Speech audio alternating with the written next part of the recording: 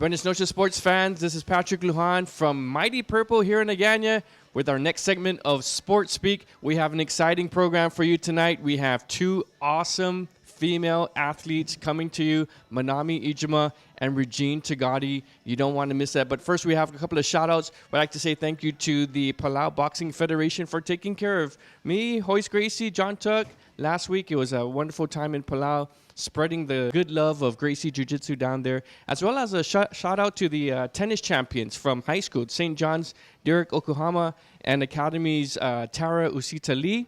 And congratulations to the St. Paul Warriors, the basketball champions, going undefeated. Big accomplishment there, and with head coach Neo Pineda. So good things happening here in the third quarter and spring season on Guam. And once again, we're coming up pretty soon. We're going to have the owner, Rocky Alcantara, to give us a little taste of Mighty Purple. Every time there's something new, and tonight is no different. But without further ado, we're going to have Manami Ijima right here from Mighty Purple. Manami, thanks for joining us. Congratulations. Welcome back from the Subic Ironman, your first chance at an Ironman. How did that go? Thank you for having me. It was hot. It was 5 hours of racing, and I've never done it before, so it was just let's see how I do, and I did okay. I qualified for the World Championships. Congratulations to that. For those who are not too familiar with Manami, she is a multi-gold medalist in swimming in Micronesian Games, the top 5K, 10K runner on Guam, triathlon champion, the only female that actually made the list of the GSPN multi-sport of all time. So congratulations on that. And now Ironman. I mean, 70.3 miles of running and racing and swimming. Normally people don't do that. What made you take that challenge and make it 6 overall for females? Not too shabby for a first-timer. It's actually not just the half Ironman. They call it the half because there's a full Ironman that's 140.6 miles, which is more than 10 hours of racing, and it's crazy, but I enjoyed it. And what got me into it was Jen Camacho. She's my training partner, and she just goes, "Oh, I signed up." And then I'm like, okay, maybe I'll sign up. And I just signed up without really thinking about it. But then I put the time in, and it was just long and tough, but then I enjoyed everything about it. Of course, the first portion of a triathlon is the swimming, which it comes naturally to you. Coming out of the waters, was it the first female to come out of the waters this time?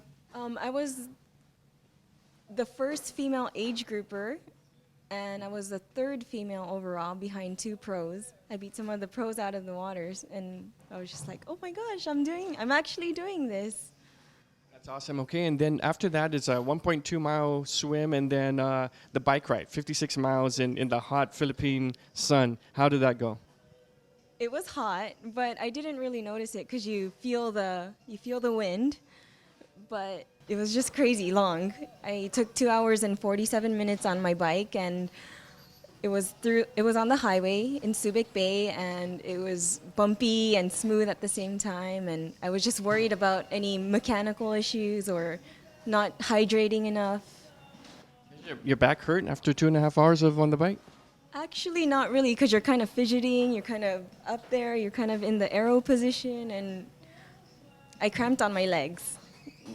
Okay, and then after that, a half marathon, right? 13 miles run after all of those miles of swimming and biking. What was going through your mind, several hours into the race already? Well, I was really concerned about my teammates, my 2 girlfriends, Jen and another girl. Wait a minute. So you're a couple of hours into an Ironman, and you're concerned about your teammates? Well, I was wondering how they're doing, how they're coping with the heat and all the mental toughness, and I just getting my head out of the race for even a couple minutes made me just refresh and just focus on the race afterwards. So you finished 6 overall in your age group, or in the amateurs or women's? I placed first in my age group, 6th overall female, and 34 out of 1,000 competitors, including the men. That's amazing. How do you feel after pulling that off? It's surreal because it's my first race. I don't know what to expect. It's just a crazy experience. Yeah. So is it like a drug now that you've done it one time? I mean, you're just gonna strive to be better and better yourself in Ironman? Yes, I would eventually like to do the full, but when I was running at the race, I was like, I don't know how people run a full marathon after this. But then I really enjoyed the 70.3, and I'm planning to go to the Worlds, and I'm planning to do maybe one more before, so I can get the experience. Yeah, that's awesome. Qualifying for the World Championships in Tennessee later on this year, so congratulations on that. Now, you're only 24 years old. You've accomplished so many things since you were a little girl, right? Like I mentioned, micro games, and now you're the top triathlete on Guam, the top runner on Guam. What do you see yourself doing in the next couple of years and in the next 10 years? So short-term goals, long-term goals. Short-term goals is to become pro. I mean, my coach, he's in Australia, and he's been in the triathlon committee all over the world for 30 years, and he goes, you have to go pro. You have to race all the pros, and age groupers are for people like me who is 40, 50 years old, and I just thought it was really funny, but I hope to go pro in the near future. And I hope to qualify for the 2020 Olympics or even the 2024 Olympics, and just to pursue triathlon and also get my degree in accounting. So speaking of accounting, since you're going to be an accountant soon, how many steps did you take during that half marathon in Subic? I don't. Come on, accountant. Okay, let's say 100 per mile, maybe like 13,000, I guess. That's not even fair. You're actually counting. That's well. Congratulations once again. GSPN's always been a big fan of yours, and we're so glad that you took time out and to tell us about your story. And you're just a phenomenal athlete. And someone says that only the good athletes come on Sports Speak. So you must qualify for that. Yeah, congratulations. We'll keep in touch with your career. Again, coming up with the worlds, and when you turn pro, definitely we're going to be there for you to make the big announcement when you turn pro. It's not a matter of if, it's a matter of time. So congratulations on that. We're going to take a quick break. We're going to get with Roki over here at Mighty Purple to try out his chia seed acai ball. So something new, once again, a new product here in Mighty Purple. And on the other side of that, we'll be talking to the fastest woman on Guam, Miss Regine Taitague. She's home for just a quick break from her Naval Academy schooling, and we'll be talking to her shortly. So we'll be right back.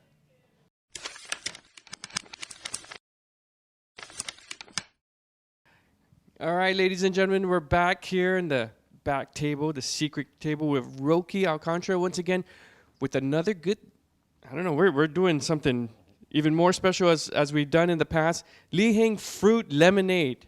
I mean, just the sound of that just makes my palate, want to drink it. Right. And that's really what it is. Has all the flavors: salty, savory, sweet, sour, you name it.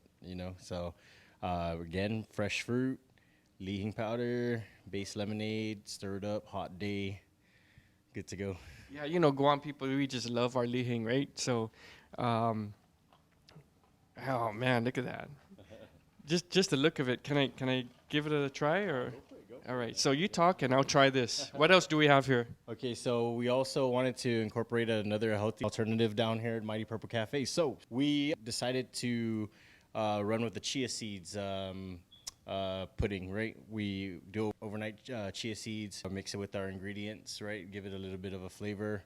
Put it just a little bit, maybe about a fourth into our cups like you see here. And then the rest of it will be our granola, and all the fresh fruits, however you want it to. Again, it's another healthy alternative. Chia seeds together with the acai hand in hand. Yes, indeed. Yeah, chia seeds, of course, more healthy foods brought in here to Mighty Purple and blending it with the acai. So another great product that's established. You guys have up to how many bowls right now? See, we have quite a few, 4, 5, 6.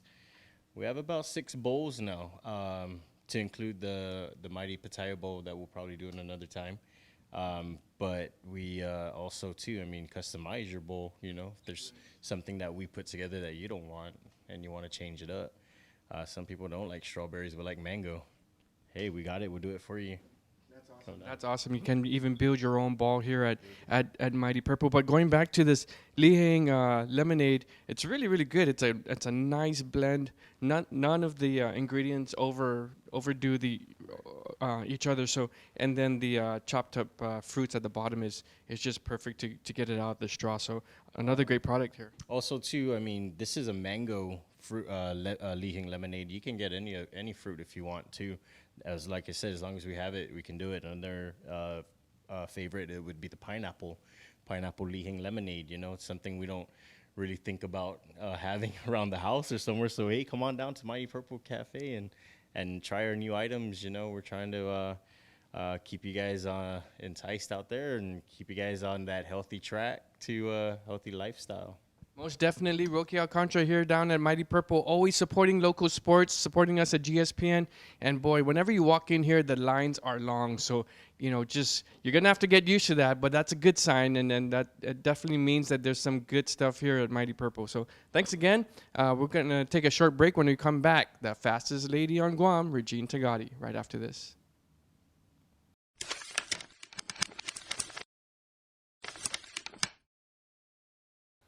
Welcome back here at Mighty Purple. We have the privilege of having the fastest lady of Guam ever, Miss Regine Taitague, back for a quick visit home for a spring break from Naval Academy. Thanks for joining us, Regine, and welcome home. How has it been since the last time you beat me and Robbie in sprinting on the track there?